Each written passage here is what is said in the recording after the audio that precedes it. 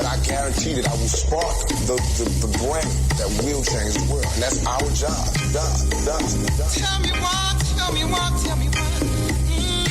Why can't we live together? Tell me why. Why can't we live together? Everybody wants to live together. Why can't we live together?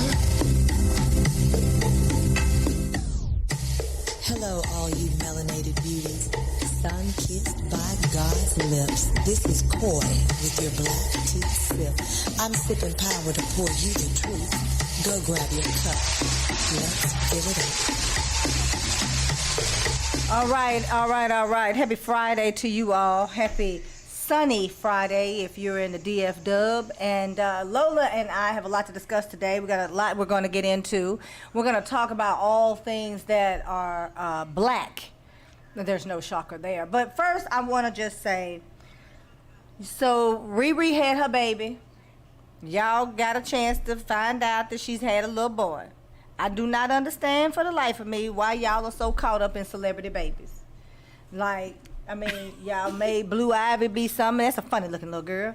But y'all did that. Rihanna was walking around here exposing us to her big belly, and everybody thought it was beautiful. I thought that was cool. Well, you don't have kids, and you know. No, I don't. And so when your body is misshapen, I'm gonna see if you run around like that. So we won't let you. We won't let you. Somebody should stop Rihanna. It was not cute. It did not look good. And I'm not sure what the fascination is with celebrity babies because roaches reproduce. Yes, but I mean, she's had a baby, and that's a milestone. It's like people are excited when you had your children. You had friends and people that you know that were excited. She just so happens to have a world of people who are excited or not excited about. Well, here's the difference. My friends that were excited about me having a baby, not only poured into me, but poured into my child. Those were real relationships. These people have a fascination over this woman and her baby and ASAP. This man's name is ASAP Rocky. Like, hurry up and Rocky. Like, it doesn't even make sense. But but this is what y'all do. This is what y'all do. This is part of y'all life. I worked for her before, so I was happy for her. Well, I mean, there's a relationship there. I could not care less. But I couldn't afford anything on there.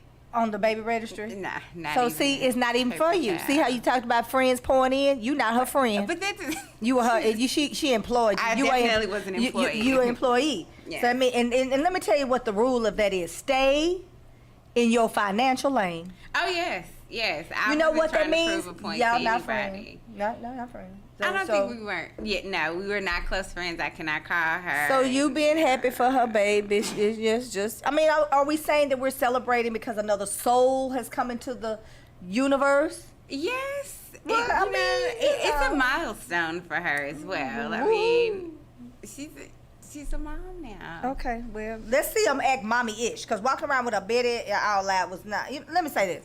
I know people who put their children on Instagrams. Their children that is piss poor parenting to me. Now, I am not the standard for parent, but I'm in the top 10, baby, because I get it done as a mom. My mom game is on lock. You know, you'd rather wrestle a grizzly bear with a toothpick and fight a bobcat in a suitcase than take on my boys, because I'm coming. But I don't have no mess out of them. They are good kids. They're smart. They're athletic. They're mannerable. They're good boys.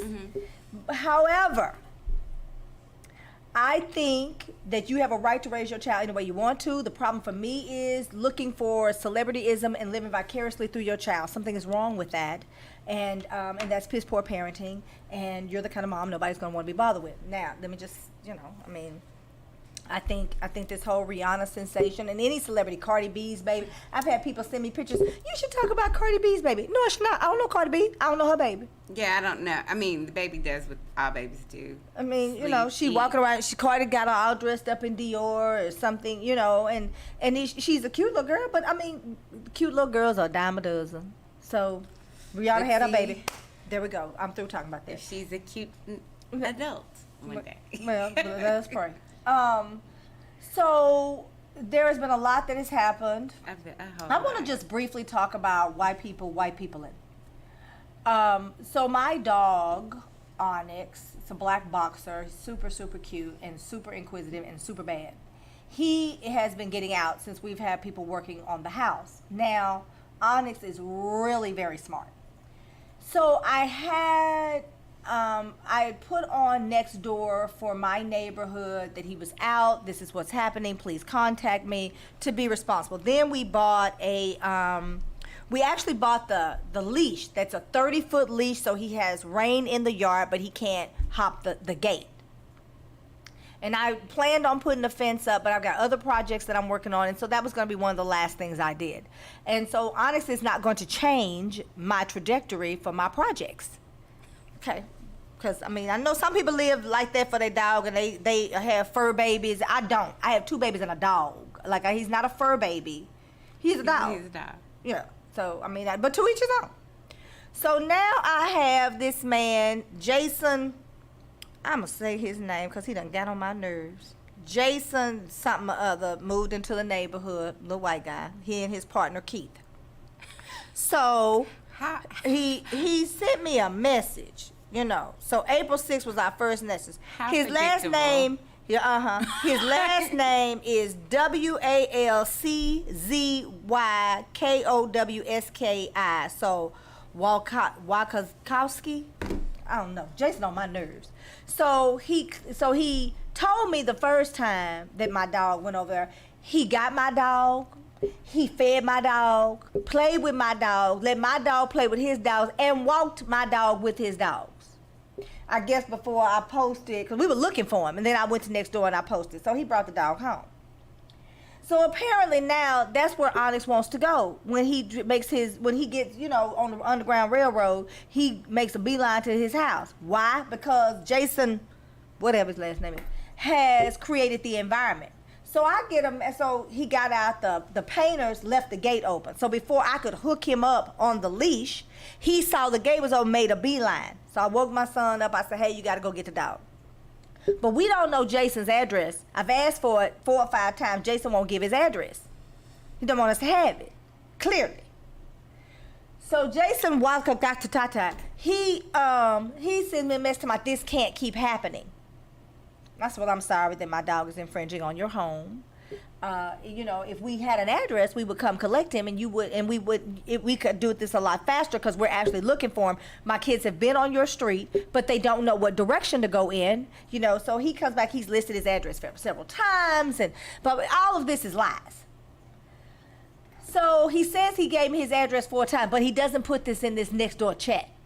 Still doesn't do it. So I had to just tell Jason, you created the environment for him. Now, I understand that you don't want him over there, but he doesn't because you created the environment. Yeah, he's a dog. And this is what I just want to say. Stop white peopling. He come telling me he doesn't want him to get hit by a car. That's not your responsibility. Whether or not he gets hit by a car or not. Because let me tell you what he was telling because I said, well, thank you for being neighborly. I'm trying to end this on a positive note, but he keep poking, you know, and the bird about to come out. So he said, he's my everybody on neighborhood. Okay, I done lived in this neighborhood 50 years. You knew, you and Keith. Y'all knew. Right. So I said, and I haven't said it yet, but I'm going to. Let me tell you what we do when a dog is in our yard. Nothing. Because whoever's dog that is either going to collect that dog or that dog is going to go home. Because another white lady kept our dog overnight. And said, well, then in the morning I was going to call the city, but I just started asking people where he was, and and then they told me. But if you had left him alone, ma'am, he would have come home that night. Let me tell you what they do. All dogs, 2-legged dogs and 4-legged dogs. When they get hungry, they come home. Yeah. Leave the dog alone. So now me and Jason are into something. I don't know, man. So we into something because he wanted to what he's trying to paint a picture of is that I'm an irresponsible pet owner. Right, yeah, and I was going to say that, you know, you feed the dog, you play with the dog, and now you want to say that the dog, paint the picture that you are irresponsible. So Jason Wakakakaka, or whatever his name is, he said that, well, now it's coming to him and his safety. Use a safety lie. Yeah. Because you moved into Oak Cliff. You tell yourself that you're not racist and prejudiced and all of these things that y'all tell yourselves because you live around black and brown. You live around black and brown because of your price point. He moved from Phoenix, Arizona. He moved here because of his price point. Right. If he could have afforded Frisco, he would have. He would have. But see, Frisco doesn't have what we have. Frisco doesn't have 14 mature trees and oak trees in your yard with an acorn tree and the squirrels and the birds coming in your yard playing with an oversized lot, because that's what I have. 14 mature, well, 12, I'm lying, because I cut 2 down because they were causing problems. You know, you don't have that in Frisco. I know that because we lived in Frisco and I had one little sapling. So don't pretend that you're a good person because you live around black and brown, because what you have done is tried to paint a picture of me as a black woman and my black babies with our black dog. That's a problem, because they had somebody that was with him talking about, we have your dog, AKC number, blah, blah, blah. No, you went to the AKC to see if he was registered, because you are making a determination about who I am by this dog. Yeah. Because they started that whole fur baby thing. Black folks wasn't doing it. Y'all jumped on the bandwagon. But they started that. Oh, absolutely. So Jason Wakakakaka and I are into something. And I want to talk about this because I want to talk about domestic terrorism. Because he is trying to terrorize me through my dog. Right. So Jason tried, but he was in my yard 4 times. I said, let's be clear. I've been associated with you for 1 month. We've had this dog for 2 years. He didn't respond after that. So this is how the mind is framed in such a way that would allow this man to go in Buffalo and shoot black people who were simply just trying to buy them some collard greens and some black-eyed peas and get ready for the next week, because they arrested him and he was not shot dead. No. He was arrested. I feel the same way about Jason Wakakakak. He took my dog, fed him, played with him, walked him, and then decided I'm a bad person because he doesn't want to do that anymore. He did the token neighborly thing, but he doesn't want. You start like you want to finish, Jason. Well, everyone wants to be, well, the majority of them want to be the great white hope, you know, saving the day and trying to indirectly teach you how to care for whether it be your children or a dog. They always have the answers, but yet they are definitely the not the resolution to any of the problems. No, right. And I feel like very strongly that this is his, you know, this is him attempting to paint a picture, you know, like, I'm not safe. Because he has to be comfortable with his idea of black people, whether he wants to own it or admit it. If there's a subconscious way that the majority these of black folks not keeping their dog. Yeah, and there's a stereotype about us and dogs. We feed them the scraps. We keep, they stay outside. The things that when we grew up, that was normal, you know. And because a dog is not. It's a dog. It's a dog. Now, do we love him? Yes. Now he get on my nerves because you know I bought a dog. He get on my nerves. I bought a dog that was high energy for my children. I thought it was a good idea. He been getting on. Now my little man, he get on his nerves real bad. My big boy loves him, but here's the thing. You start like you want to finish. My youngest son is paying the price because when he said he watched some YouTube video, and I'm gonna say this and then y'all gonna know who I'm talking about. He said that it's okay to let your puppy chew on you. My oldest boy told my baby boy, don't do that, because he's not gonna know the difference when he get big. When he sees my youngest child, he ready to play fight. When he sees my oldest child, he ready to be loved on. So start like you want to finish. I'm not going to keep talking about Jason Wakakaka. I just want to get that off my chest because he done got on my nerves with this morning. But I do want to talk about how we are framed in the mind of our counterparts and what has led to Buffalo. Even how they describe the shooting on the media lets you know how we're framed in the mind. The mere fact that their names weren't released, that nothing was released about. There was a shooting at a grocery store. That's all we knew. And people were in utter turmoil. Yes, and then only to come back. Oh, dispatcher hangs up in the person's face because she's whispering. And I would think if someone calls me and they're in trouble. They're in trouble. That would have immediately let me know something's wrong. Okay, man, where are you? can you give me an address? Can you tell me what you're near? And not to say, But- well, why are you whispering? she's Because I'm whispering- telling you, it's a shooter. It's an active shooter. But here's the thing. Let me say this. 911, they ask for the address, but they have the address. already When it have pulls it. up, you know where that person is. You know where that person is. We're gonna play the video. I'm sorry. We are going to play some videos of what happened in Buffalo. We're gonna talk about Deion Sanders and HBCUs. We're gonna do all of that. We gotta take a quick commercial break, and I'll be right back. This is called the Black Tea Sip. If y'all know Jason on Greencastle, in Glen Oaks, in Oak Cliff, Texas, tell him he don't want to smoke. Just tell him, warn him. Somebody tell him, let leave me alone, Jason. Because we don't listen, Jason. Stop You it. just got Stop here. it. Stop it, Jason. Stop it. I'm gonna release all the Weehaven on you. Do you want to find a stable job in a growing field? IT jobs such as network systems administrators, cybersecurity, programming, cloud, and computer systems analysts are expected to increase 25% by 2022. Texas Premier Technology Institute offers training for top certifications such as CompTIA, Cisco, and Microsoft in less than 12 weeks. And if you're unemployed or underemployed, you may qualify for free tuition. Contact TPTI at 1-888-490-TPTI or check them out on the web at tpti.us. Yeah, I wanna be, yeah, I wanna be, I wanna be, You keep on asking me where I wanna be. I wanna be next to you. Baby, I'm thankful for the game that you're teaching me. I take it to heart. I want a piece of you. I wanna be yours. I wanna know what you're thinking. And when we talk, what you feel.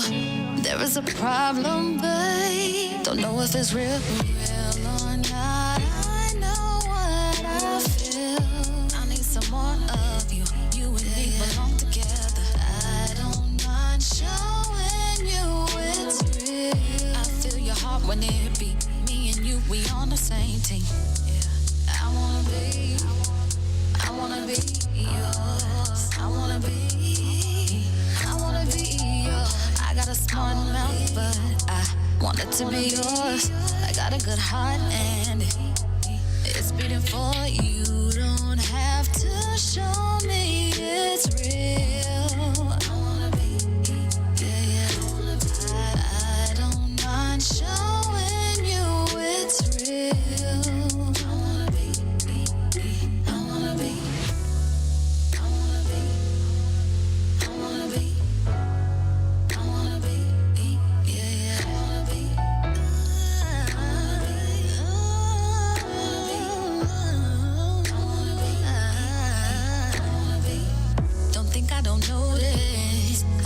Glowing up, you taught me the basics about diamonds and snakes. Timing is precious, and it's better to wait. Tick tock, baby, I'm listening. I wanna know more. Don't wanna be your apprentice. I wanna be yours. I'm ready to jump in the deep end now. Baby, I'm sure you got that high dollar love, babe, like Christian Dior. Don't wanna be your friend, baby. I wanna be yours. Real or not, I know what I feel. I need some more of you. You and me belong together. I don't mind showing you it's real. I feel your heart when it beat. Me and you, we on the same team. I wanna be yours. I got a smart mouth, but I want it to be yours. I got a good heart and it's beating for you. Don't have to show me it's real. You don't have to show me. I don't mind showing you it's real. I don't mind showing you. Don't have to show me it's real.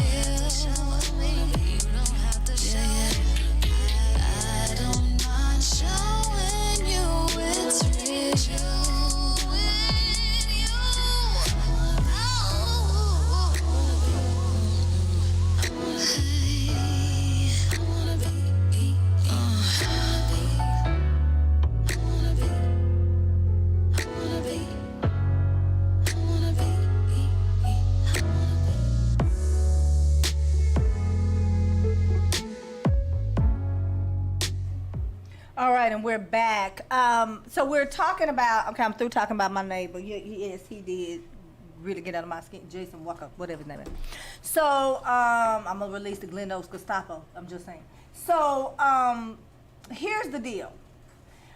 I asked Angelo to pull up this graphic because I think it's important when we're talking about domestic terrorism. We're starting to hear that. The President of the United States, Joseph R. Biden, has used the term domestic terrorism a lot lately.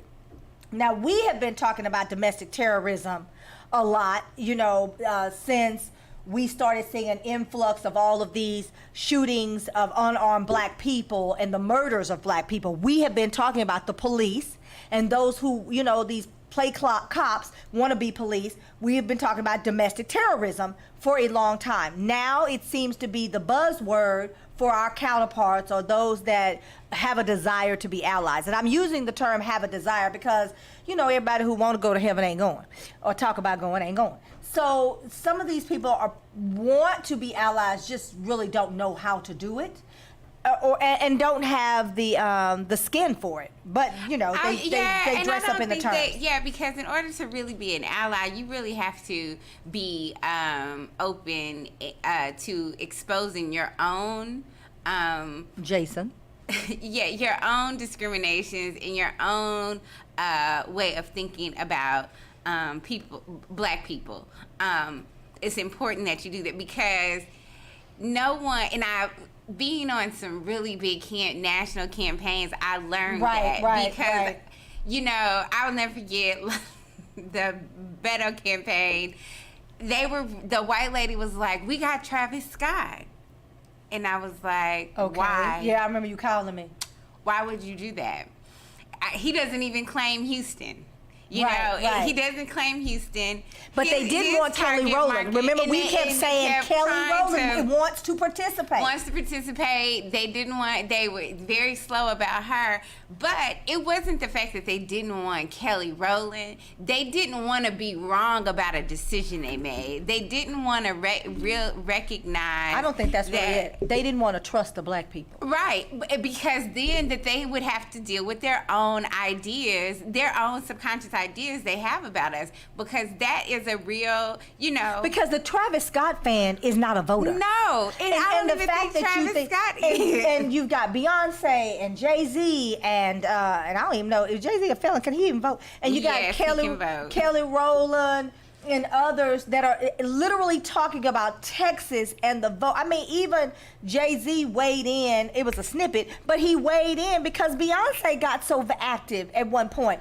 You've got Kelly literally saying, hey, I want to help any way I can with Beto, and they bring her on at the 11th hour. And I know we talked about that, and I think that is the issue. We are talking about preconceived notions about who we are and like we're some monolith, we're one note, one dimensional. Nobody wants to be. It's hard, and like you just said, though, it's really hard to be an ally because you have to be vulnerable and be like, man, I can't believe I felt that way or was thinking that. Like, you have to be vulnerable, and you have to be able to accept your mind. And accept constructive criticism. Yeah, and just. Because I had to tell someone at the last shooting where they mistreated, I think it was George Floyd, and she meant no harm. But I cannot, you know what? I can't pat you on your back during my pain. And I literally had to tell her that. I cannot discuss my pain with you in a way that gives you comfort. And this is not a time for you to include your pain with mine. Like, yes. Like, don't massage. We're not going to massage. Don't start talking to me about this women. Issue.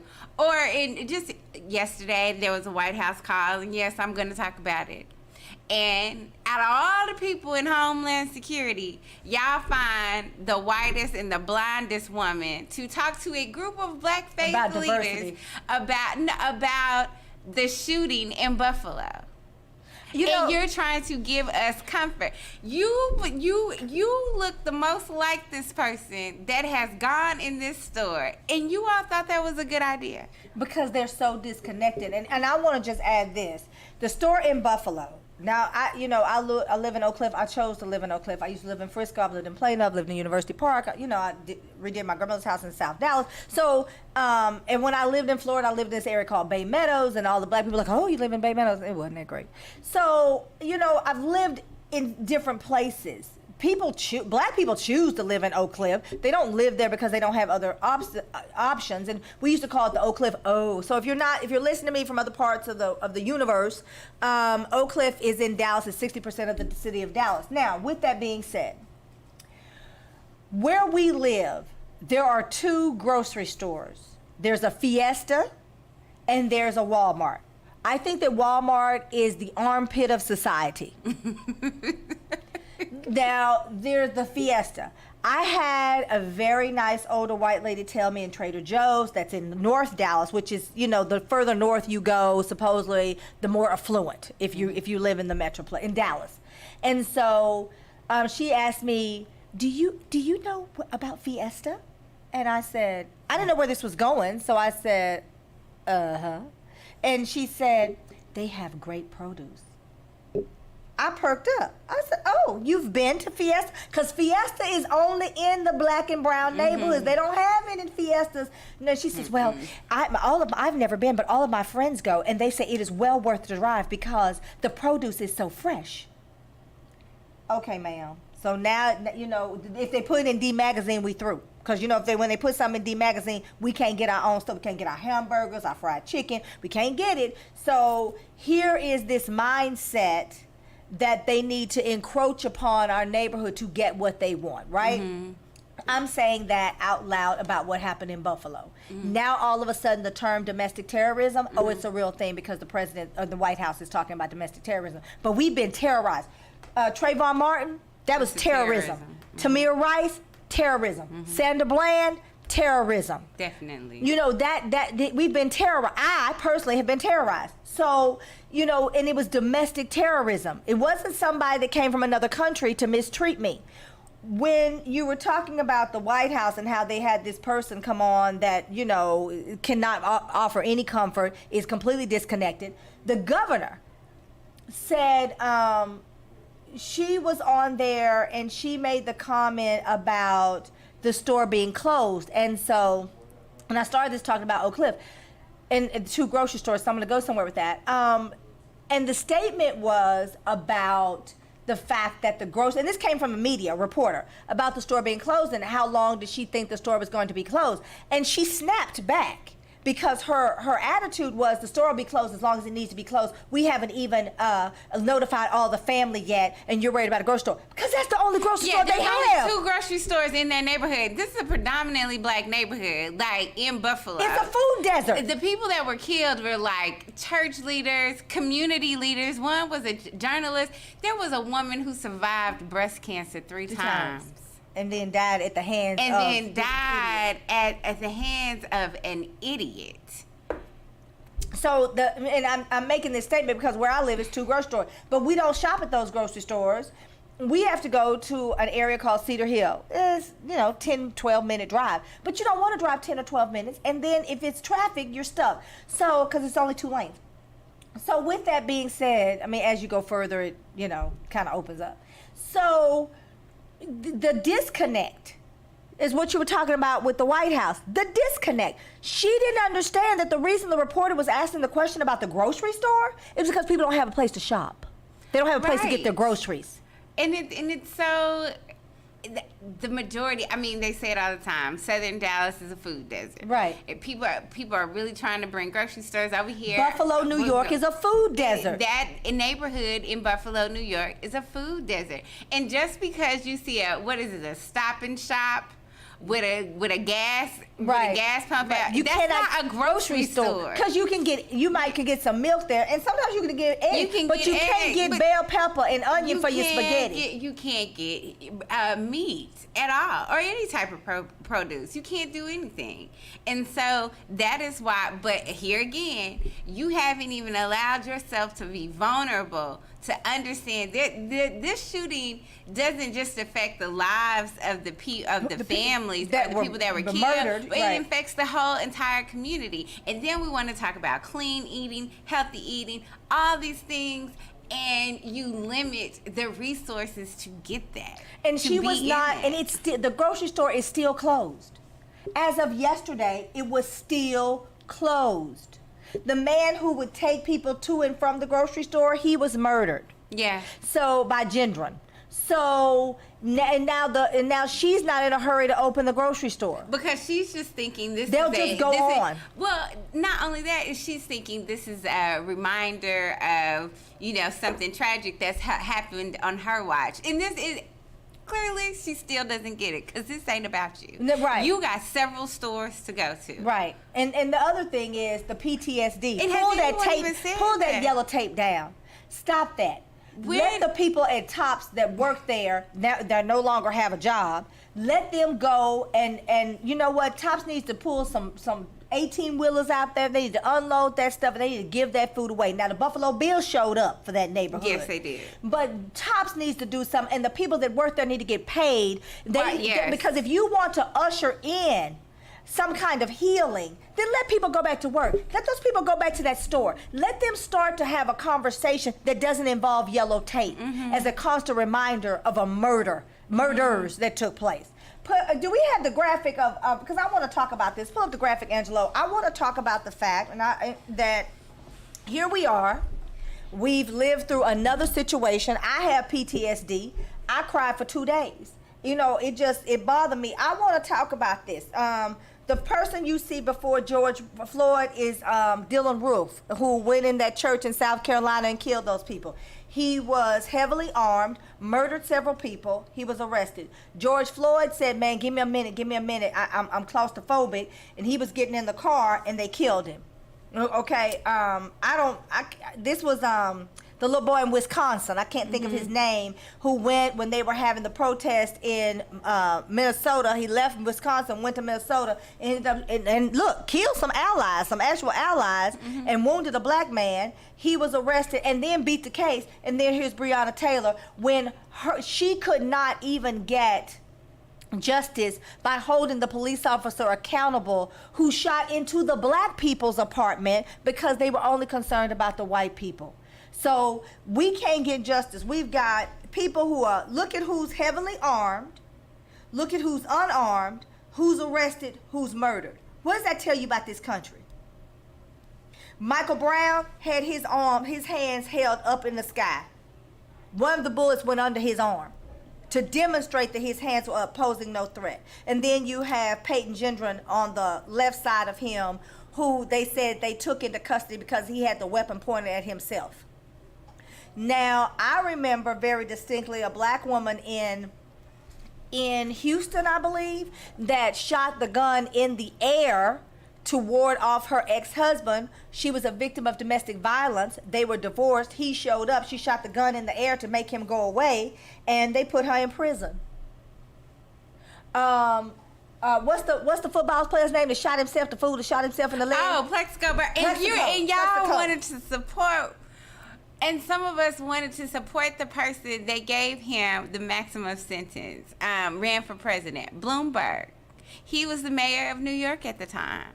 He pushed for him to have the maximum sentence. And I mean, to the point, we didn't even know, we knew Bloomberg TV, but we didn't know it was real white men out here really trying to put us under the prison. Cost him everything. And only person that got hurt was him. Now, Bloomberg... She says, Divine Life said that was in Florida. What? Plexico? Plexico No, was in New it York. was in New York. It was in a New York nightclub because he was injured. He did not go to the game that time. He never usually goes. You are welcome to watch the pivot. He will tell the whole story, nothing but the story. So help him God. What he learned is now he has been licensed in Florida to carry a gun, but the gun laws in New York are very different. Very stringent. Different than Florida. So this is where the problem lied. He was in New York City. Yeah. And then the story didn't come out till 2 days later.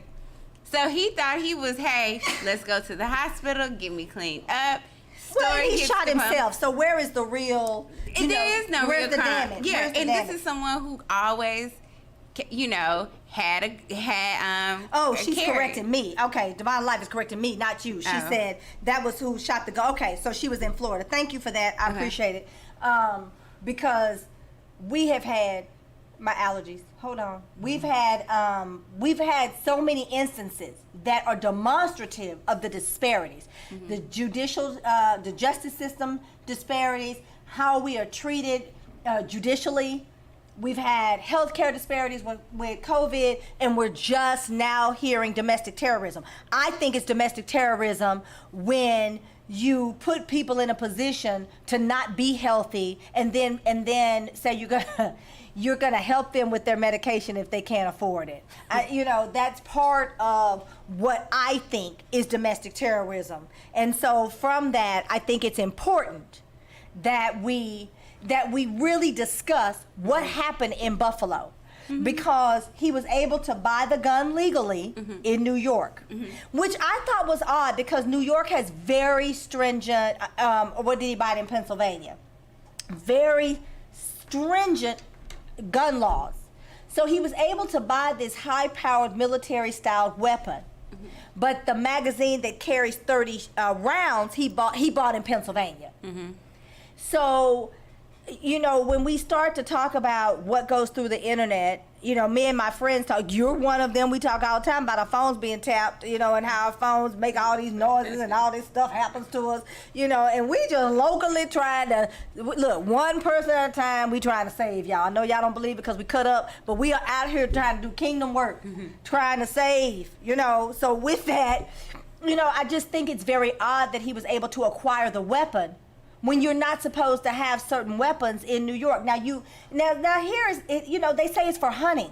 Well, the only reason that you would have that kind of weapon is to hunt people. He sure did hunt. Yeah, it's to hunt people. He definitely used the weapon for what he wanted to use it for, which was to hunt.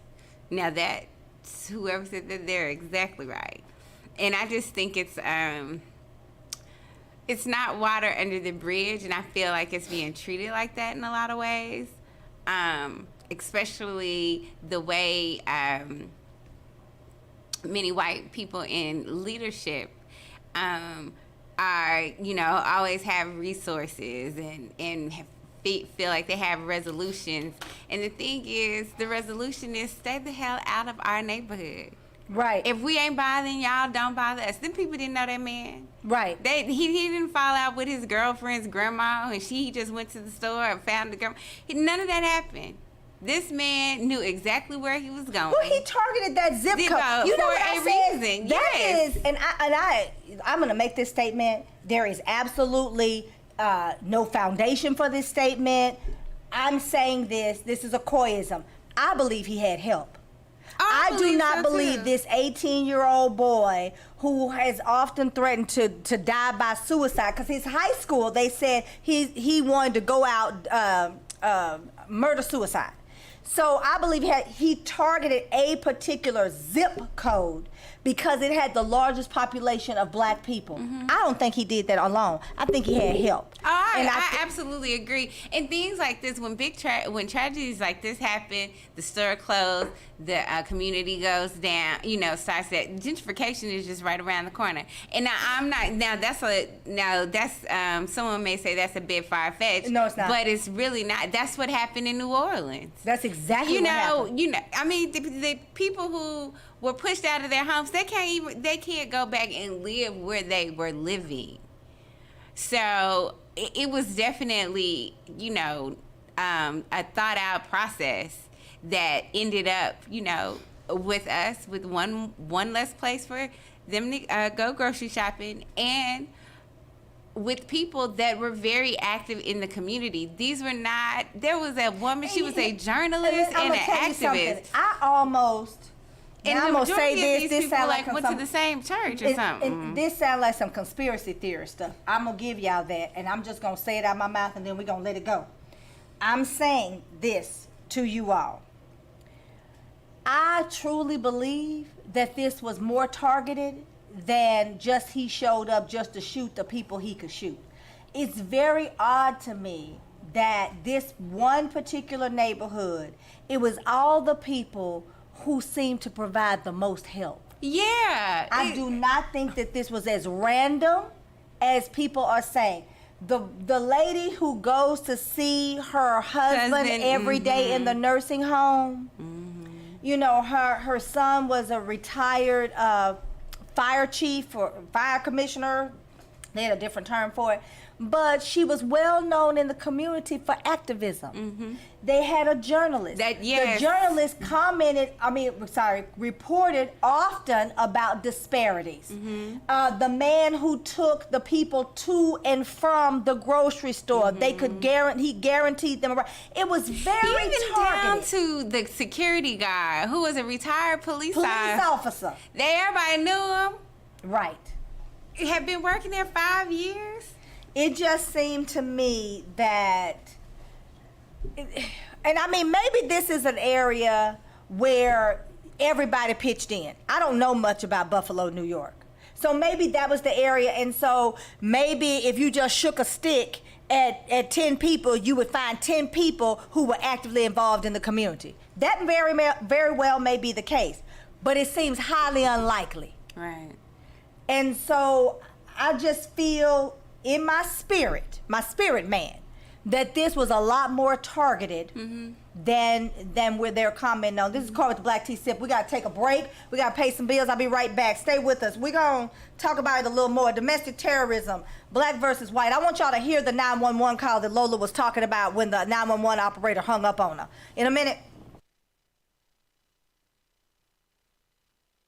Hey, this is DJ K, host of the University of the 80s show, broadcasting live each week, Tuesday from 9 to 11 p.m. Central Standard Time from FBRN Studios at Globe Life Park in Arlington, Texas. Log on to www.universityofthe80s.com and fbrn.us to hear the best of the 80s, from Bryan Adams to Journey to Foreigner, on the University of the 80s every Tuesday night from 9 to 11 p.m. Central Standard Time, the University of the 80s. On FishbowlRadioNetwork.com. Jump in.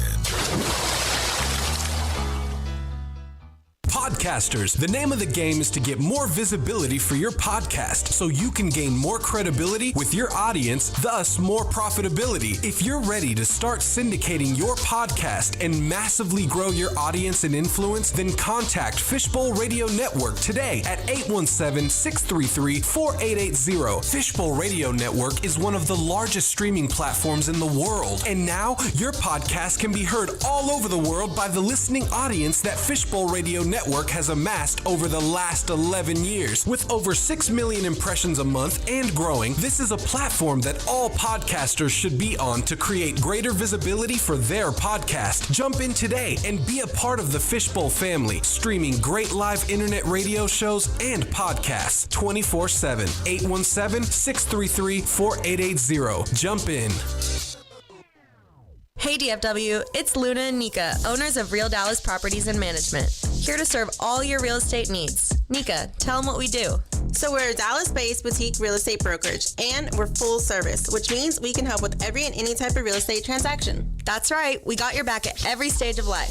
Whether you need an apartment, a home rental, to buying your first home, selling that home, buying investments, to even property management. And don't forget commercial. Looking for a new space for your business? We got you on that too. You can reach us on Instagram at Real Dallas Properties or shop all properties on the market at RealDallasProperties.com. Hi, this is Diane Marion Eunice, and I am a licensed marriage and family therapist. For the past 9 years, I have worked with over 300 couples in the areas of sexual health, communication, and conflict resolution. If you are interested in rebuilding connection and intimacy with your partner, please contact me today. I can be reached at 682-201-8175, or you can email me at diane@letstalkrelationships.org, or visit my website at www.letstalkrelationships.org. And remember, you can't heal if you refuse to deal.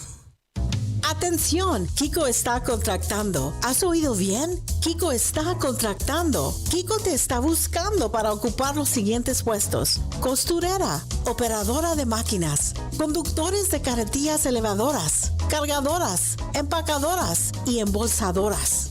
Hay 2 turnos disponibles de la mañana o noche con más horas disponible. Kiko ofrece excelentes beneficios médicos solo 30 días después de la contracción y el partido de la 401k. Visítenos en kikohome.com y envíe su resumen a cariano@lkiko.com. También puede presentar su solicitud en persona en 5450 West Keys Boulevard en Dallas.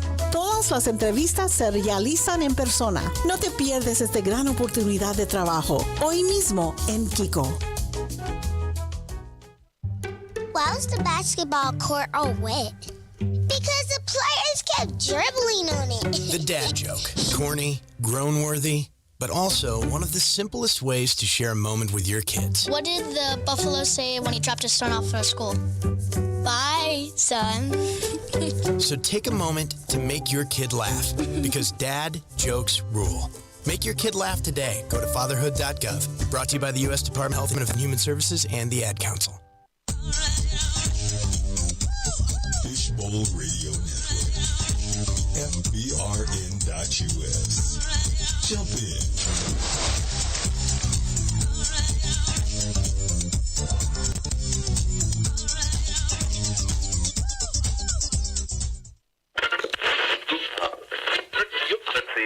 Yeah, if you came to get some real music with a real vibe, then you came to the right spot. You know what it is. 99.9. This is DJ Candy Can. Here with Loose Cannons. Letting y'all know we about to do this like a fresh pair of Lokes on Easy-E.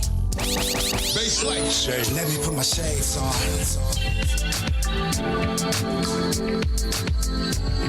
It's cooler than being cool. Ice cold. Let me put my shades on. Yeah. It's cooler than being cool. Two froze, shades on. I guess you get what you asked for. You can't bullshit the matador. I see the sunset, I see the shore. To the core concrete, I go hard when it pours. When it rains, pain. Club a lane, no shame. Cock back game, Bob gun, go bang. Top hat cane, come a bun, 2 chains. Looking like a Millie, having fun, Lil Wayne. I've been this way since I paid for my school grades. By the pool, sipping Kool-Aid. We shake in the finger waves. Play dates in the backseat, bitch, I'm on my cool J. Take pride in surviving the stakes as I take the ride. Just hoping don't no break supply. First to rise, I want the whole cake, the pie. The lights are blinding, hold up, let me put my shades on.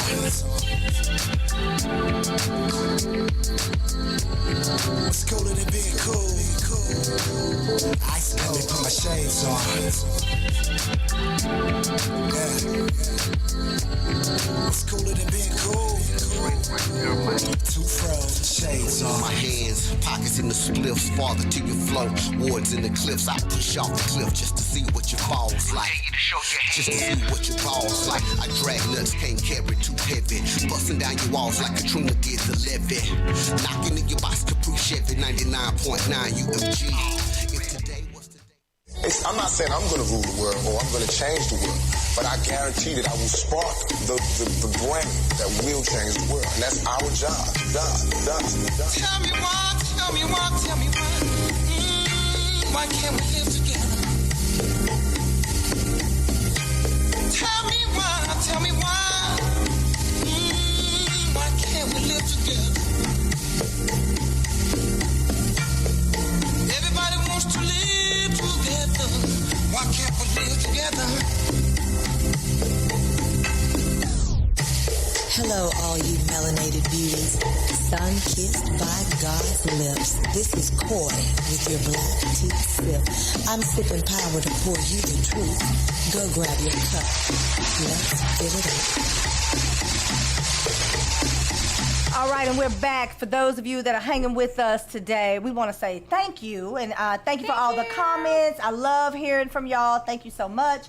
We have some new people tuning in, so we appreciate y'all. Listen, we can't find the video. So that's what we were talking about at the break. Angelo, engineer extraordinaire. There is a video of Peyton Gendron literally walking through the grocery store, and he sees a white man and says, "Oh, sorry," because that's not his intended kill.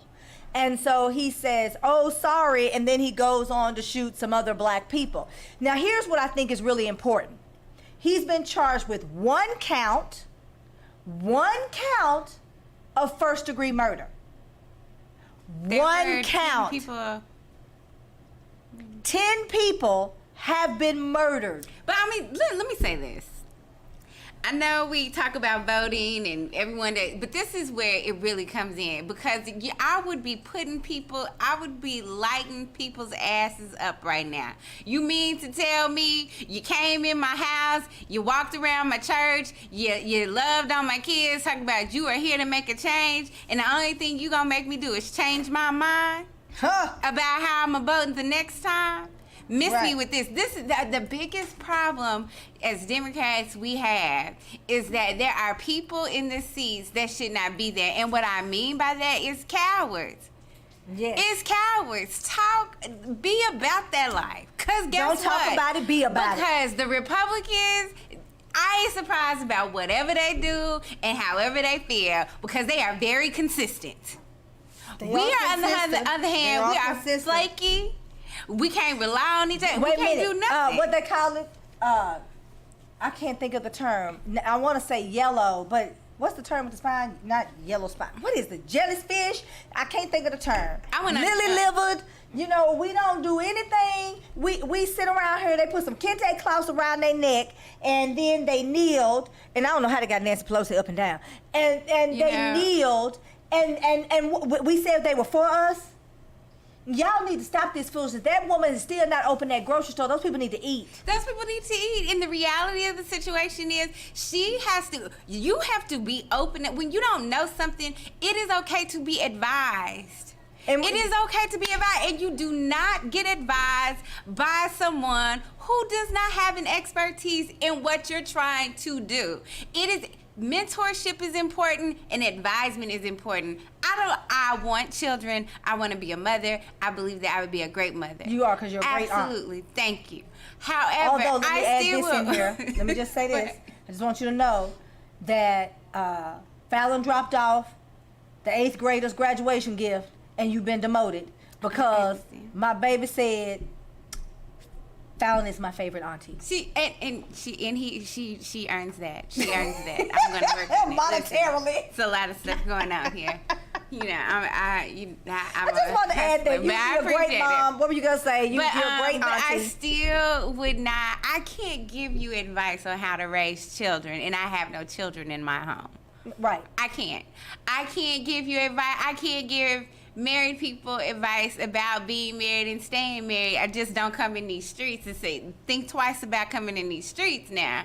But because I am not married, never have I been. You are a white woman who holds a political position, who does not have any expertise about black culture, about the need of black people, because you're just assuming, why wouldn't this bring more trauma? You're creating more trauma, and it is a situation. You ain't asked nobody in that neighborhood, what should we do next? What do we want? There you go. Like, ask me. You can't listen. I remember I went on a blind date, and the guy said he was a chef. He had just graduated from culinary school. I said, I don't care. I'm very open. I'm not a picky eater. Whatever you decide to cook, that's fine. Except for Italian. I'm not a big spaghetti eater. I'm not a tomato person. Get over there. And he has cooked spaghetti.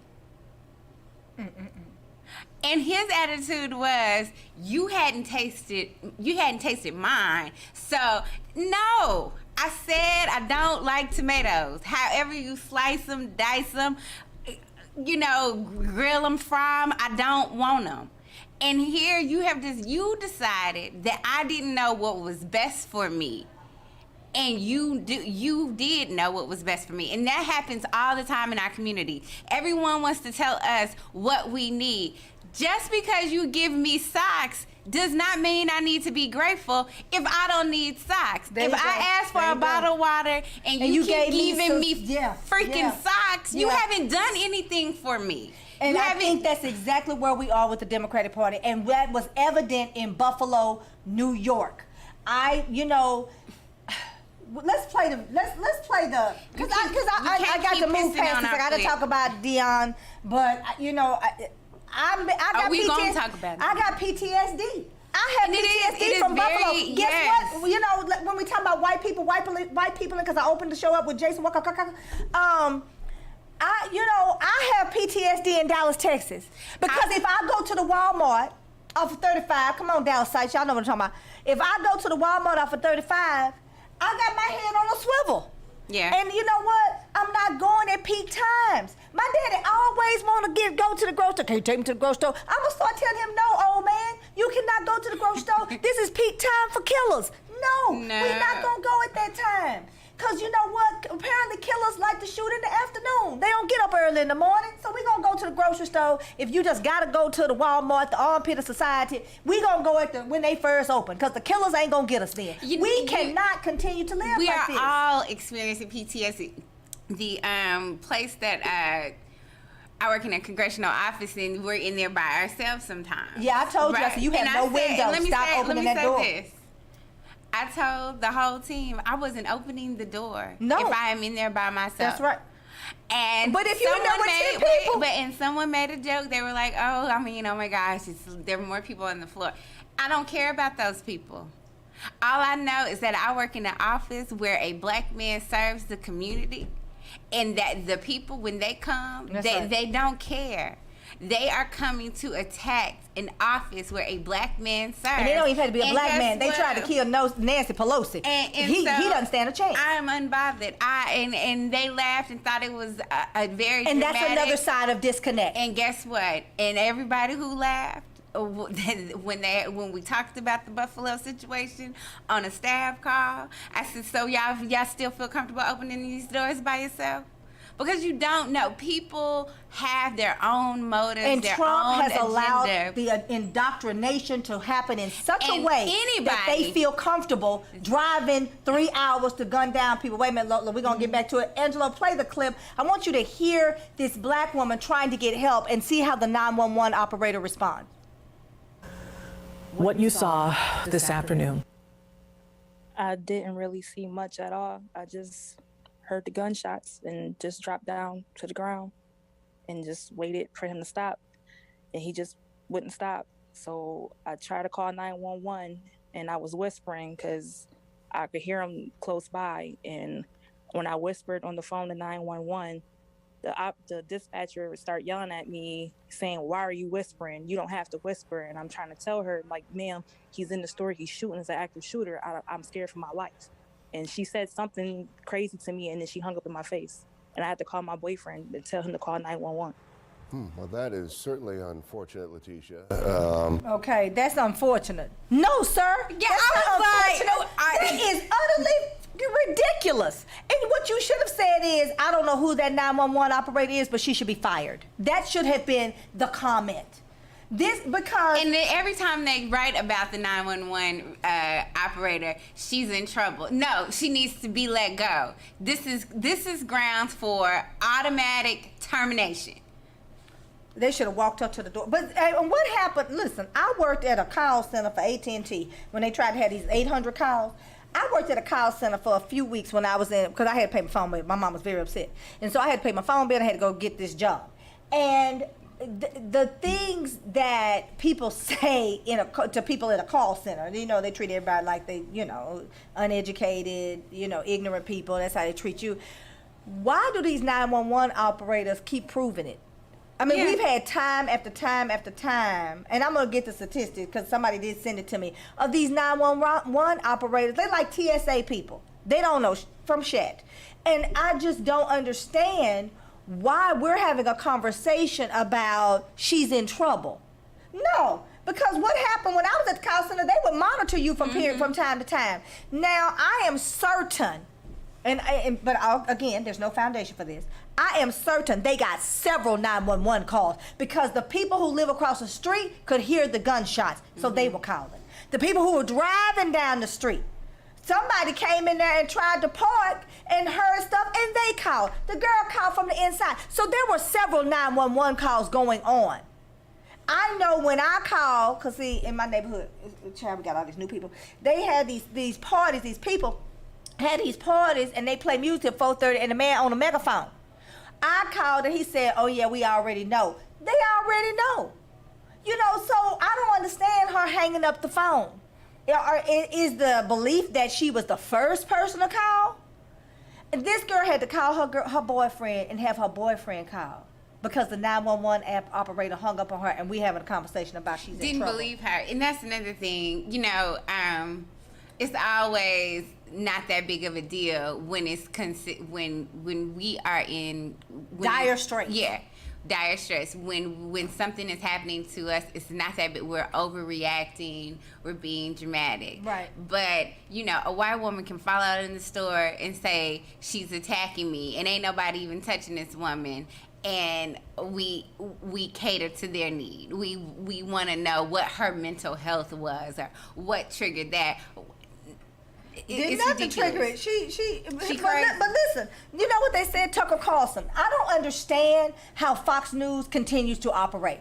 Tucker Carlson is now saying that Peyton Gendron had mental illness. I don't care if he did or didn't. He still needs to be held accountable. And the thing is, you cannot charge him of 1 degree when there were several people. I don't. That's it right there. I did not major in any type of finance, math, but I know that if several bullets go off and several people get killed by them, those are several degrees of murder. Do you remember the black man and he had his little protege and they were shooting people in D.C.? You remember that? He was shooting people from a bridge or something. They charged him with every single count of murder. I don't remember what the final count was, but they charged him with every one. That kid that went in Minnesota that took the 16 that got off. Yeah. Killed all those people. They charged him with each count. Each count. Now he got off, but they charged him with each count, and they charged him with like 3 murder and then 1 attempted murder. And Madam Governor, or whatever we want to call her, hey, I really want you to open this grocery store bag, and I really need you to dig in the DA's ass on why there's only 1 count of murder. Now that should really because if 2 of your kids get killed, you gonna want to have 2 counts of murder. 2 counts of murder. 2 lives that have been cut short. Lives.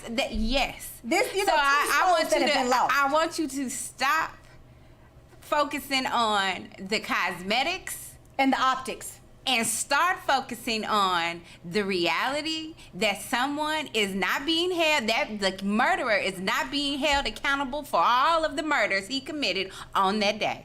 And they said he was holding a gun on himself. So I'd like to see that.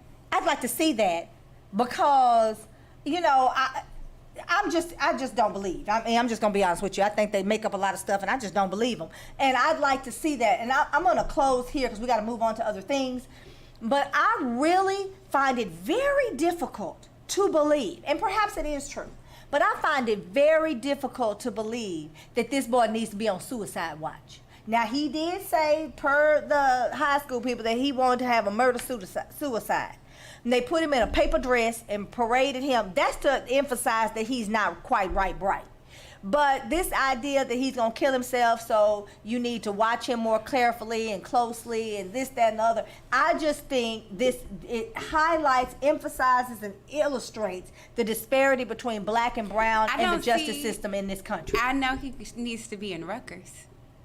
With the black folk. Yes. With the black folk. I bet you they will charge him with all the counts of murder. You know, now we got to keep him safe. We got to do this. You know, Dylan Roof killed those people in that church in South Carolina, and they took him to the Burger King. So, you know, there's a celebration for last supper. Yes, and there's a celebration of killing black people. And I'm going to be honest, there's no protection for black people. There's no protection for black men, black boys in particular.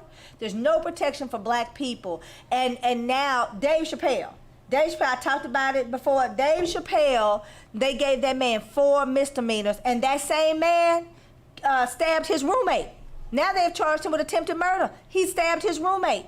But all the Los Angeles County DA was willing to give him was a pass to the city.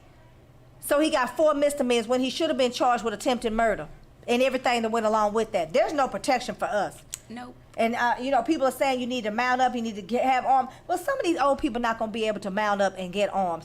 But what needs to happen is what, I mean, we need the Black Panther Party again. Not the new Black Panther Party. I mean, like the real Black Panther Party with fist in the air. We need them standing in front of our grocery store because I want somebody to go to the Walmart and my dad decides to go down there with the neighbor because my dad don't never know when to go and he always want to go during peak time. He gonna be the one at the time the killer show up. We cannot do anything. You can't breathe while you black, shop while you black, swim while you black, sell water while you black, go to school while you black, study in the library while you black. You can't be black in this country. I don't know what the solution is, but I know part of it is charging these people with murder crimes and stop playing like because he in a paper dress and he's got mental illness. He doesn't have mental illness. Or maybe he does have mental illness because you'd have to be sick in the head to decide you're going to go out and kill a bunch of people. But that's no excuse.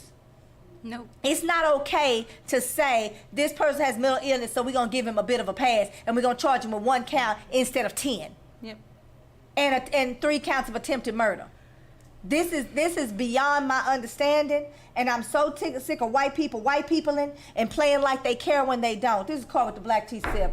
We're going to take a quick break and we're going to talk about Deion. HBCU sports and athletics is on the chopping block now because of Nick Saban. Nick Saban don't want this smoke. He don't want this smoke. Because when I say he gonna because all HBCU are about to stand but up. not only that, because even the other like Texas and Texas A&M, I'm gonna go on and tell them, hey, they all like don't put us in the category with him because when they start exposing one. They come after like all. A house of cards. So when you start throwing shade and opening up your closet, but let's talk about why it's happening. We're gonna take a break and we come right back. They are mad, they are jealous, they butt hurt because that top draft pick went to the HBCU. It is so important. Okay. We're gonna take a break in a minute. Nourished skin is healthy skin. Simply Ardor skincare products provides luxurious nourishment for your body. Indulge in rich scrubs and body butters and top it off with our sensational and unique aromatic lines of sprays and roll-on fragrances. It's simple and lovely. Simply Ardor. Love is real. Just spread it.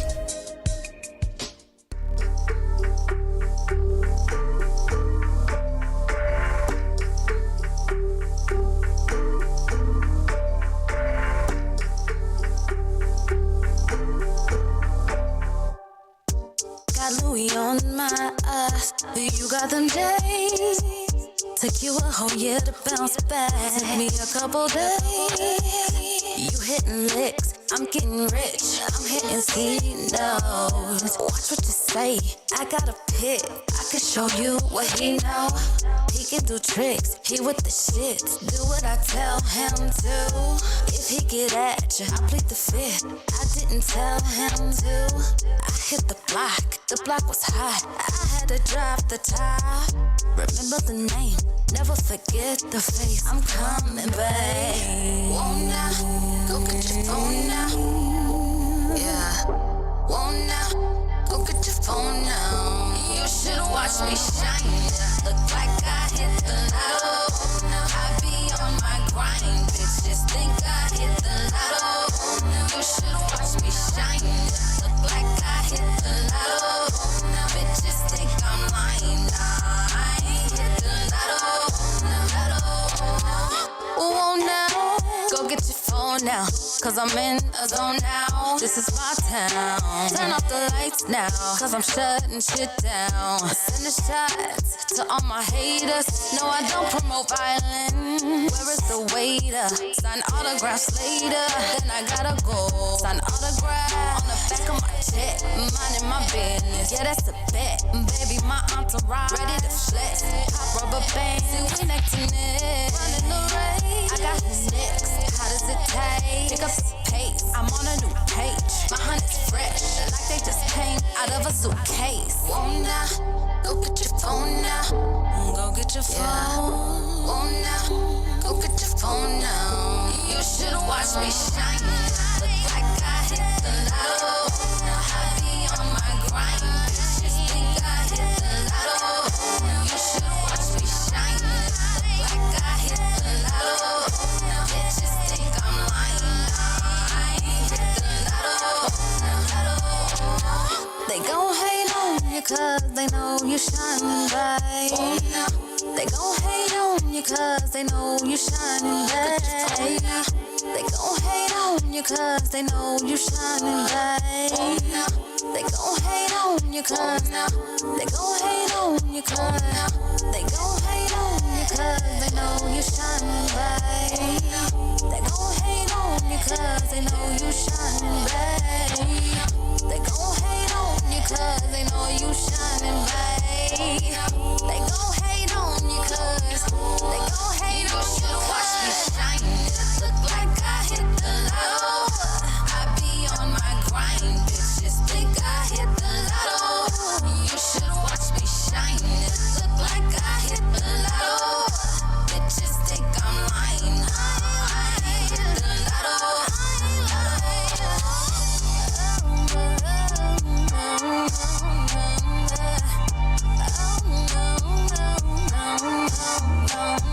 All right, and we're back. We had a hard time finding the video, but Angelo, I told you, engineer extraordinary. Now, we want to be respectful to the dead. I do not want to sensationalize. I'm not trying to dramatize. I just want to show this one snippet of Peyton Gendron as he's walking by, how he says sorry for those who have not seen it. But we are not showing this entire video. We do not want to upset anyone, and we certainly want to pay our respects to the dead by honoring them in their privacy because the way they died was so horrific. Oh, so we're only playing this one snippet. Okay, give me a sec, because I gotta... Okay, he got a position. What you saw this afternoon. I didn't really. Okay, wait a minute, hold on. We're gonna get it. Because Facebook also often shuts me down. So my engineer is very concerned that he only shows this one part because that's where we are in this world.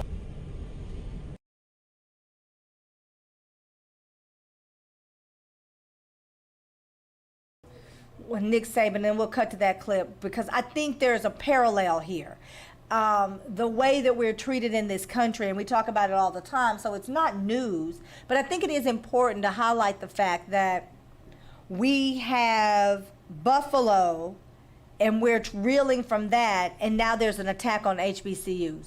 Now, I just sat with a group of moms, and we were talking about things, and they were talking about they want their children in very diverse situations for school and education and during their academic career. And I want my kids to go to an HBCU. Am I saying that they can't simply because, they have to go? No. I mean, and they play basketball. If they're fortunate enough to get a scholarship, we'll go where they get the best deal. But I want my kids to be able to live in their own skin and live unapologetically in their own skin. And I think HBCU education does that. The fact that Nick Saban has attacked, he's not just talking about Jackson State. He's not just talking about Deion. He is talking about HBCUs, and what he wants to do is shine a negative light on HBCUs to discourage other children from going. It's in... I'm sorry. We'll come right back. Put your finger in the air so you won't forget. Run the clip, Angela. Sorry. So he says sorry. I just want you to see the fact that he says sorry to him, and then he goes on. So that to me, it may be some mental illness to target people of another race. That means the whole Ku Klux Klan, the skinheads, the neo-Nazis, Trump and all his cronies. That means they all have mental illness. And listen, may not even be debatable, but I think that's demonstrative of the fact that he knew exactly what he was doing and it was calculated. And so that, in my opinion, is not temporary insanity, which is what I'm sure they're going to try to say. I think that is a demonstrative demonstration. I'm going to put it that way. It is a demonstration of what exactly he wanted to do. Okay, what were you saying about Saban and Deion? So here's the thing about Saban. Saban lost. This is, people hate to lose. No. White men who have power and influence hate to lose to black people. So to this point, I don't even think this kid was going to go to Alabama. He wasn't. It was said that he was going to go to Florida State. Right. Now, here's the thing. HBCUs do not have the resources. We don't even have the boosters to pay players in the magnitude that Saban is alluding to. However, Saban does. Do you know that most state school coaches are the highest paid that's right. state employee? Meaning they get paid more than anybody else. The mayor, the governor, everybody else. From a state school. Right. He make like $6 to $9 million. And then they get money off of the bowl games they win. So all of this is a moneymaker. Now here's the thing. Because if it was me, I would have said, well, it's legal now. You mad that it wasn't No, back the then? rules changed, and listen, I'm going to cut you off right there because I feel like I need to say this. We keep talking about they pushed the finish line back. They pushed the goalpost back. You know what happened? They didn't push the goalpost back this time. And let me be very clear. And I'll let Lola finish her point. Kids that go to these D1 schools, I know for a fact that the white players in football in particular get better opportunities than the black kids.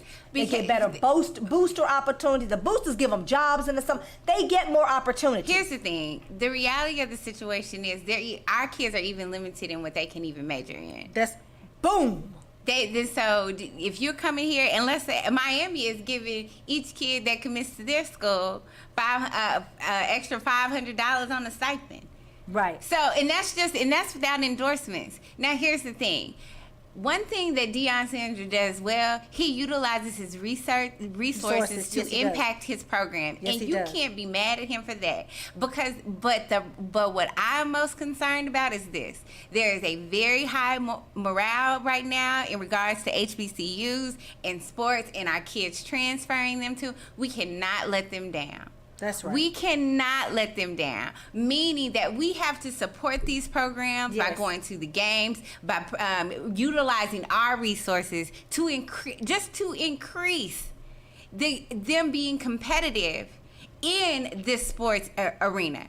Eddie George took signed for $1 million to pay Notre Dame. Now all that means is Notre Dame wants to play TSU to increase their stats so they can go to a national championship possibly next year.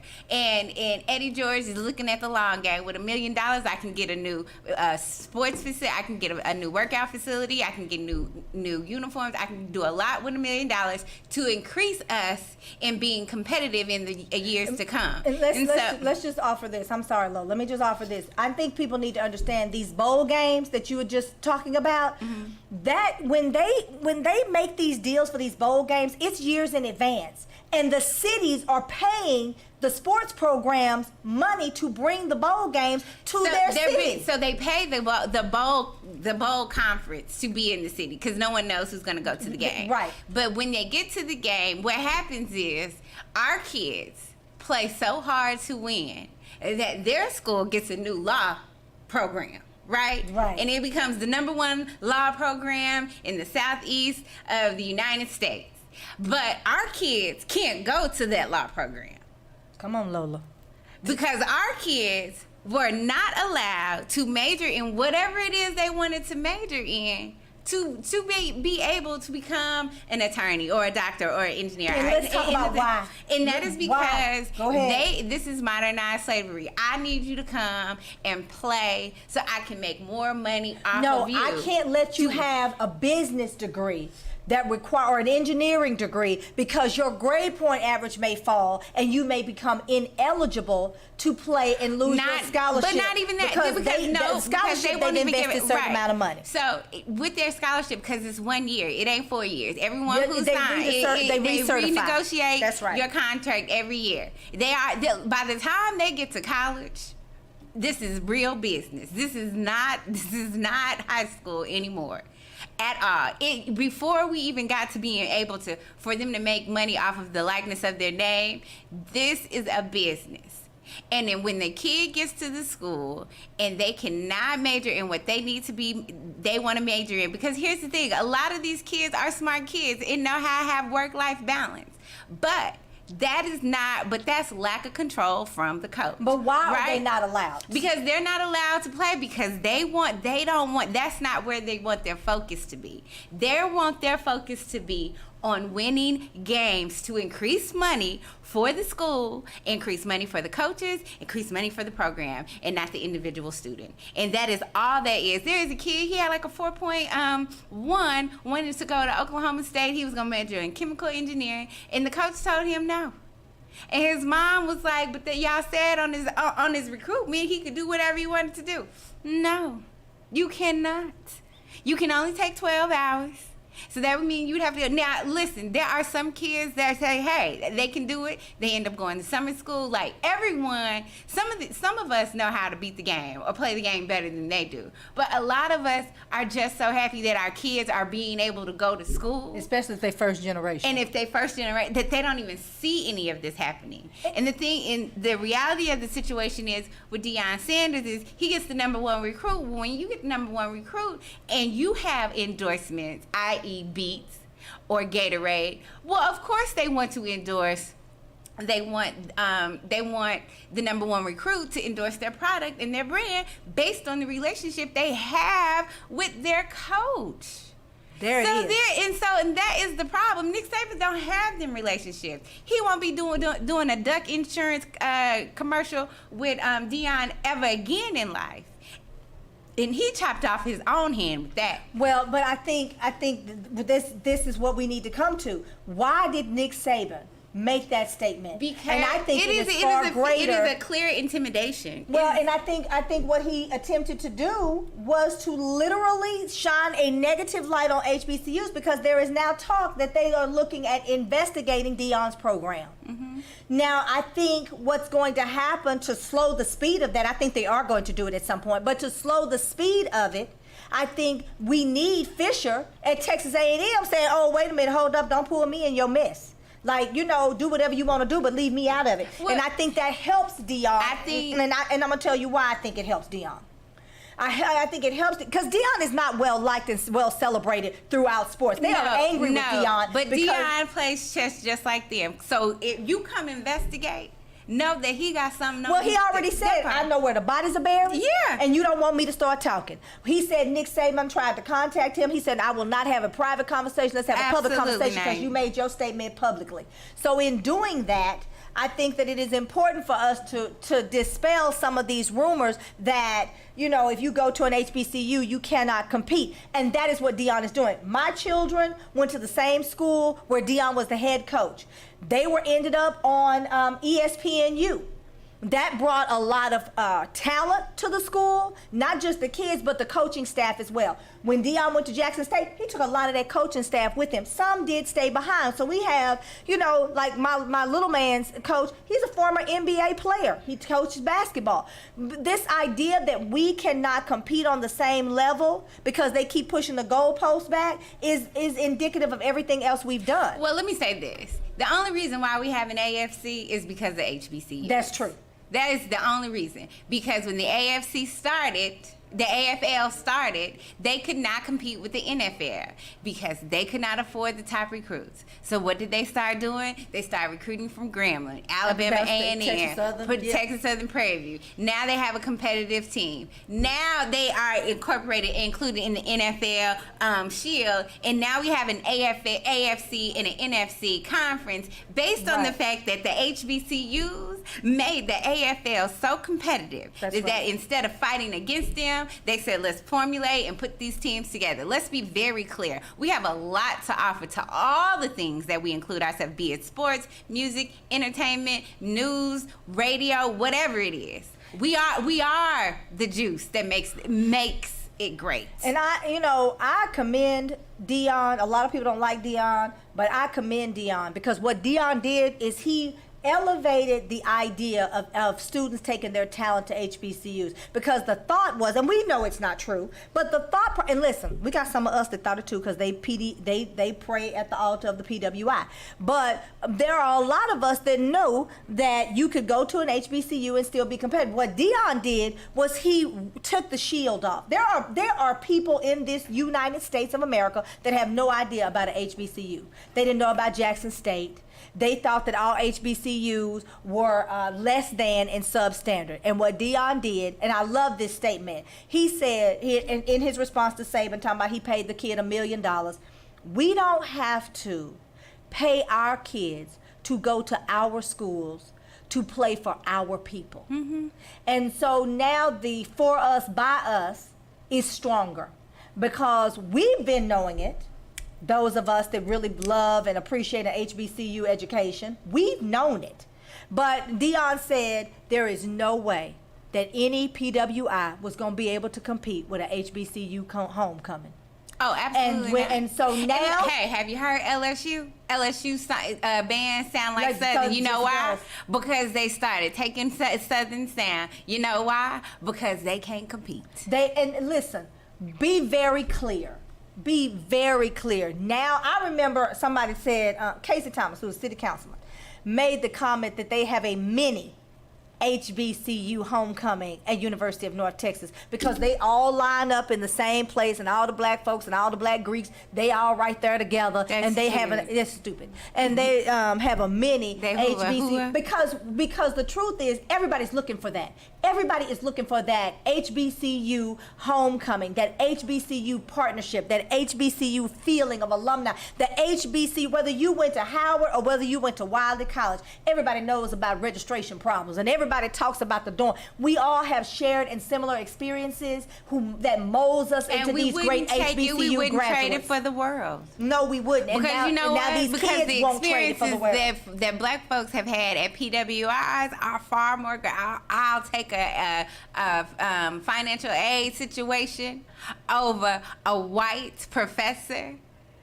Where you're just a number. Where you're just a number. Yeah. Who tells me that because he can't understand my frame of work, it is not comparable to the assignment given. Really, he want to say is, I ain't know this really happened, and because I am not open to understanding what you have written, then it's wrong. So for me to go through financial aid, give me that any day. Well, and I'm gonna say this. Several white professors trying to tell me I'm just not that good enough. I'm not good enough. I'm not smart enough. And I don't understand the assignment. I understand the assignment. I had a professor tell me at TWU, two of them. One was an Indian woman. When I interviewed a friend of mine that was working for, I can't remember the name of the bank. It's a Spanish-owned company, and I talked about it being a Spanish-owned company. She deducted from that and then told me that I shouldn't make assumptions. Why would I assume the company, the bank, is a Spanish-owned company, owned by Spain? So when I said, here are my notes that I took from this particular individual that works at this bank. Oh, well, I didn't know that. Ask a question. Ask me how I know it. But don't assume I don't know what I'm talking about. That was at TWU. Never would have happened at Powell Quinn. Never would have happened at Prairie View. Then I had a professor in the nursing, she was a nurse that ended up working 1 year as a CEO or a COO, and everybody celebrates for 1 year. So there's a story there that that's a talk show for a different day. And she went to law school, and now she just basically she works as an expert. Not an expert in hospital management, which is what she was supposed to do. Did the lungs collapse under this particular situation? She's one of those. She told me when I was saying I worked in pediatric health care for children that are medically fragile, and here are the issues that we're facing with marketing. She told me that wasn't an issue and started trying to tell me about Medicare. Medicare and Medicaid are two different things because they name two different things. If they were the same thing, they would name the same thing. And so once I broke down to her the difference between Medicare and how they get paid and Medicaid and that they pay every week, she stood there with her mouth hung open, but still wouldn't authorize me to do my assignment on what I was talking about. So I had to try to go get something that was not within my wheelhouse to try to pass that class. That is what they do. Our kids don't want to do that. They've already dealt with that kind of treatment in their high schools. They don't want to deal with it in their colleges. And you know what? I want to salute Deion for, people don't like Deion, and he does have some ways. But I appreciate the fact that he is willing to use his celebrityism to bring light and let these children get paid, because I will never forget Allen Iverson, had the greatest crossover of all time. I will never forget Allen Iverson saying many a night they went to bed hungry. They didn't have money to eat. And I truly believe LeBron James said he knew something was wrong when he was in the 11th grade and he walked into a gym to go play basketball, and everybody had a T-shirt on with his face on it, and he wasn't going to see a dime of it. And that is the absolute truth. Now, I am not against people who go to a PWI. I think you ought to have both experiences. I have, and it has made me who I am. Very militant. So with that being said, I think that it is important for us to start talking about the HBCU education, the idea that you get, and there are a lot of you colored folks who are kinfolk, not just skin folk, who would rather your child go to a PWI. But let's be clear, the Fortune 500 company CEOs went to HBCUs. Because that's your vice president, HBCU. Now we can talk about Ketanji going to Howard, but her parents, HBCU. Her father is the bros. You cannot discount what an HBCU education gives you. And if we start pouring into our HBCUs, we start operating as boosters, we start really spending money, we start attending these games and traveling and taking our children, we stand a better chance of competing. Mm-hmm. We cannot continue to say they have to fix this for us. We have to fix it for ourselves. And strange to Deion. And let's support Deion with his 8 toes. Let's support Deion. And the other coaches that have also committed to changing, because everyone is not we don't hear about it, but Eddie George is one, right? You know, so let's and I say this, that there is this window that we cannot miss with this, because the momentum is high, it's trending, and however you can be part of the success of us moving in a new direction as an HBCU, I encourage you to do it. I'm looking every day, I'm trying to find a different way to be supportive. And it's not always monetary. It could be just your resources alone. If you know someone that needs something, it can be any and everything, because it's going to take all of us. It is. And I can't leave King James out. I am a huge LeBron James fan, not for just what he does on the court, but off the court. And I want to say that this whole thing of getting paid for your image, your likeness, that started with LeBron. LeBron made it his mission, his life's mission with his childhood friends, to ensure that kids get paid. Because listen, all the kids that play college ball are not going to the NFL. All the kids that go to the NFL, the NBA, the MLB, they are not necessarily going to get those guaranteed contracts. What we don't talk about is our kids who spend their whole lives trying to get to the league and then blow their knee out or tear their ACL in training camp and never really get that check. Mm-hmm. This gives these kids an opportunity to actually change their lives and to end the abject poverty. You have to understand what this means. And so people like Nick Saban are pissed off because he can't compete. Because what it does is started exposing the exploitation of people like Nick Saban. He has been exploiting our kids for a very long time. Yes. And he ain't the only one. And what's happening now is he is seeing that he is being exposed by exploiting our kids, and this is his way of retaliating. And we're here for it. And I think they are going to start investigating HBCU education. Listen, right now the IRS has a charge under Biden's administration. They have a charge to look at black people's income. Right now, it was a whole expose on it. You don't have to believe me. Go to NPR. It's all exposed. National Public Radio. Go to NPR. It's exposed. They are looking at black people's returns. That is their focus right now. So a lot of black people who are just mid-level earners are now having a lot of trouble out of the IRS because that has been their charge. This will also be a charge for the HBCUs. We need to start pouring money into our HBCUs. If you went to a PWI, pick a HBCU every year that you like and give them money. Shout out to our president, the national president of Alpha Kappa Alpha Sorority Incorporated, Sora Glenda Glover, who every year our charge is to give $1 million to all HBCUs. She doesn't leave anybody else. All you have to do as the president is show up and get your check. She puts a check in your hand. Year before last, it was $25,000. We raised $2 million the last time. And I believe it's going to be $50,000.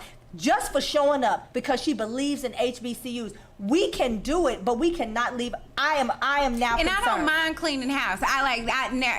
Now, even with the child, I don't mind cleaning house, because sometimes you got to clean house to get where you need to go.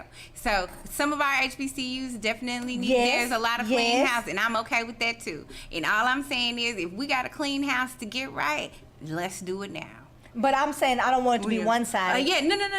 Absolutely. And Nick Saban's program needs to be investigated. But We're going to investigate Jackson State. Trust me. Nick Saban, this is going to be a boomerang because it's going to hit him so fast in the face. We'll be surprised how long Alabama will be on the roster. Well, let's see, because I know Texas A&M is upset. I want to talk about... Yeah, because they don't want to be in that. No, and he was like, leave my name out of it. Don't you got something to say to Deion. That white man was like, I ain't none of Deion. Look, he pulled one of them. I ain't none of Deion. Don't come for me. Don't come for me. I can't believe he said it either, Deion. Leave us alone. Right. I think so. All them schools about to be like, nah, bro. And you know what? Because he did that, all the schools are side-eyeing him too. Because we had a whole movie with Shaquille O'Neal at top blue chip, and all it was using our kids.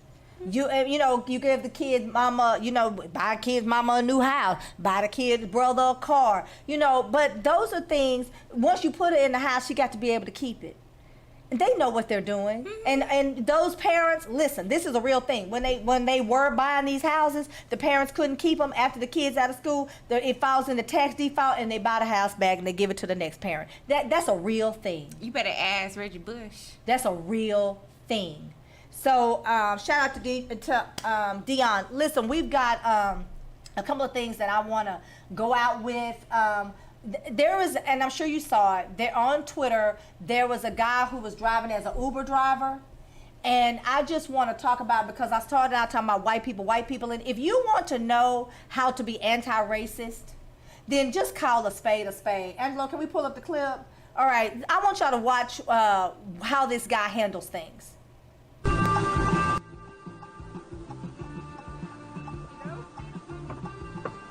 Hello. For Jackie, right? How are you? Yeah, you're like a white guy. What's that? Are you like a white guy? Excuse me? Are you like a normal guy? Like you speak English? Sorry.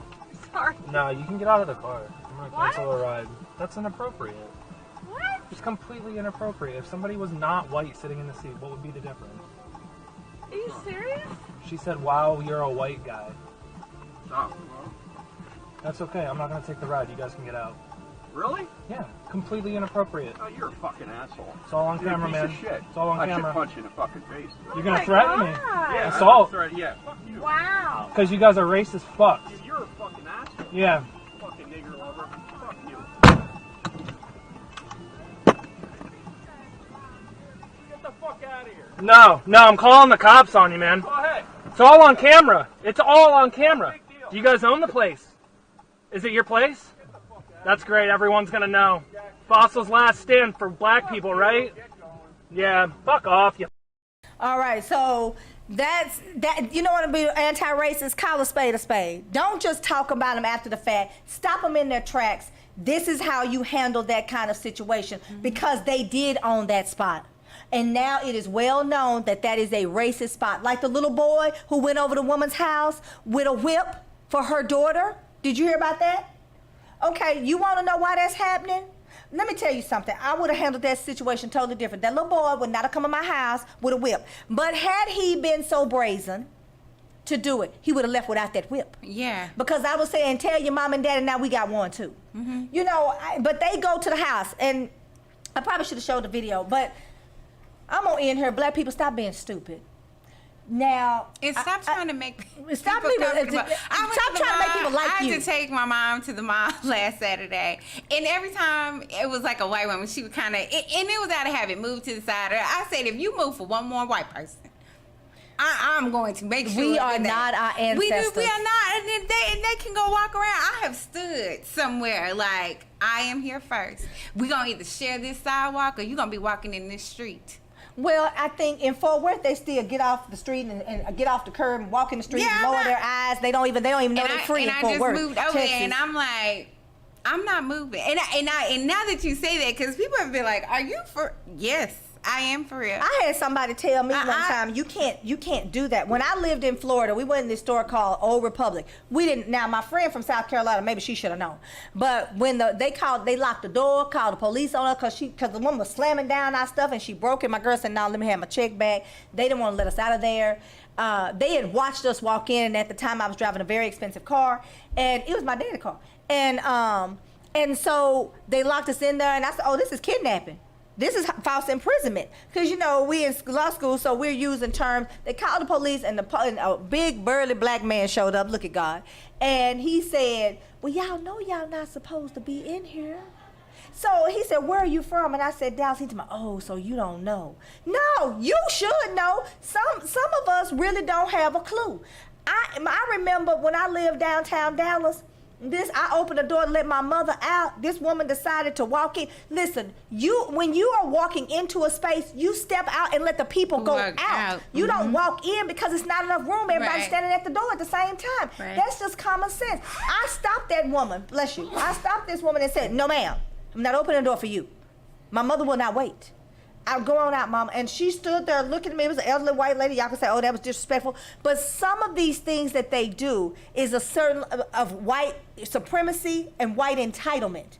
And we continue to let these things happen, and we want to turn a blind eye to it. I am understanding that the black couple wanted to share with the parent of this little white boy what was happening so that they could rein him in. I understand that that's what you want to do in a utopia, but it's asinine and ludicrous that was their expectation. And they say he took the whip and hit their car and caused a mark on their car. But the neighbor across the street had the video. So what do you do in Forney, Texas? I don't know why y'all live in Forney and have expectations, but that's a talk show for a different day. And don't vote in Forney. Like, there's so many black people in Forney. And I'm like, why do you live out here? Because they don't want you. Vote. They don't want you. Well, here's the thing. They don't want you, but they're having to accept you because they're moving us out. They're moving us out to Forney, Seagoville. Right. They're definitely moving us out of the city, of the Dallas pricing proper. You out of the city. Or Houston proper. But you don't even make it your business to be inclusive in the community, and that means understanding who's under leadership, who is the city council, who is the mayor, what's going to happen, because especially and aligned and organized. So a lot of parents with, especially black boys, are you crazy? And I think that they went to the man's house. The man, he was scared. You could hear it in his voice before he opened the door. He comes to the door, he has a firearm. Okay, why are you at his house? The white man comes out and say, we already got beef. So that means you don't have any business going in the house. You have insurance on your car. You have the Forney Police Department. Call them, say you feel threatened, and start racking up that you keep calling on these people so that you can eventually go to the judge and get a TRO. So a temporary restraining order. Now let's say the Forney judge doesn't want to grant you a TRO. You appeal so that you can get it in the county. And the county then leads to the state. If that is where you choose to live, then you have to understand your resources. And yes, it may cost you some money because that's where you choose to live. But going to that man's house and damn near being shot is foolish and stupid. And the woman's, oh my God, what was your expectation, ma'am? Call the police, call your insurance company. The neighbor has it on film. And then guess what? The insurance company will go after that little boy because they don't want to pay it. Right. You have resources. The expectation that you are going to get them to see it your way is ignorant. It's crazy. It's ignorant, and you're inviting drama into your life, and then you want to say, well, these things are happening to me. You're playing a role in your own disappointment. One, stop moving into these places where they don't want you. And if you do want, that's where you want to live, you have a right to do what you want to do in this pretend America. However, you should not have expectations. You should live in a little bubble and try not to interact and do your best to keep your child away from that child. The schools are not going to do anything. We just heard about a little boy in Allen, Texas, that the little Indian boy was placed in a chokehold by a little Caucasian boy. The little Indian boy was given a 3-day suspension. The little white boy was given a 1-day suspension. And he was the one with the chokehold. So, y'all need to make better decisions. I mean, some of this is asinine and ludicrous. Okay, before we go, we're running a little bit behind. I want to talk about Jane Hamilton and Jasmine Crockett very quickly. Eddie Bernice Johnson, I don't have time to play the clip, so I'm going to post it on my page. Eddie Bernice Johnson had this pseudo press conference. And in the press conference, it's really ridiculous, and she was standing up there. I mean, she's an older lady, so her voice kind of crackles anyway, but it just sounded like she was lying. She was like, I don't know why. And I was like, well, ma'am, you sound like you're lying. She stood there. She was flanked by Freddie Haynes and Al Green. Now, Al Green is a stain on black society in the Dallas-Fort Worth Metroplex. He is a preteen preacher. I don't trust no preacher. I ain't ever, never, ever, ever, never heard preach before. Okay? Okay. I mean that. And that means if he is invited to all the church services and the only thing they put him on program to do is pray or read a scripture, he's about as good as a preacher as I am as a president of the United States. And let's all say this. I was not voted in. I wasn't sworn in. I am still sitting in Dallas. Did nobody cast their vote for me? So, I just think. So the name Al Green. Remember when I was running we participated in the contest for judge for Dallas County Court at Law Number 3, and Misty Mosteller was running, and that was our client, me and Lola's. And we ran against Sally Montgomery, who is a racist who took a picture in front of the Little Red Courthouse. The Little Red Courthouse in 2021 had a placard where they dedicated it to Alan Brooks, who was murdered right out there, and understanding that Dallas, Texas is the springboard, the original home, the startup, the flagship for the Ku Klux Klan. They used to lynch people at the Little Red Courthouse. It makes absolutely no sense for someone to take a picture in front of that because her office is the George Allen. Now, with that being said, Sally Montgomery made the statement, and Balthazar Cruz said in an open court that Sally Montgomery, when a black church was appearing before her, she was tired of dealing with all these nigger churches. All right. Al Green represented Sally Montgomery. Now, he is now with the Jasmine Crockett campaign. He, Eddie Bernice Johnson, and Freddie Haynes were therefore, and I'm going to say this, Freddie Haynes is my pastor. I'm a member of Friendship West Baptist Church. I was disappointed. I have been disappointed because Jasmine is a liar. Jasmine Crockett was a state rep one term, and in that one term, she has done nothing. Now, we know that they had 3 votes. She missed 3 votes on the Voting Rights Act, and then they said, well, Jasmine Crockett was one of the people that held out the longest when the Democrats flew the coop and went to D.C. so they wouldn't have quorum. But then people started coming back because they had to go to work, they had to get their children, they had to live. They said Jasmine Crockett was the longest holdout, but Jasmine Crockett came back. There was a quorum, and she did not vote against the voting rights legislation that is currently in place. Well, and then she was able to hold out. She didn't have to come back to nothing. Because she didn't have nothing going on. She had nothing going on. The Botham-Jean family has literally said, you keep Botham-Jean's name out of your mouth. Oh, they are furious with her. So, furious. You know, I'll post it. I don't have time to play it. I will post Jane's interview with Roland Martin. She's been everywhere. You need to support. If you live in CD 30,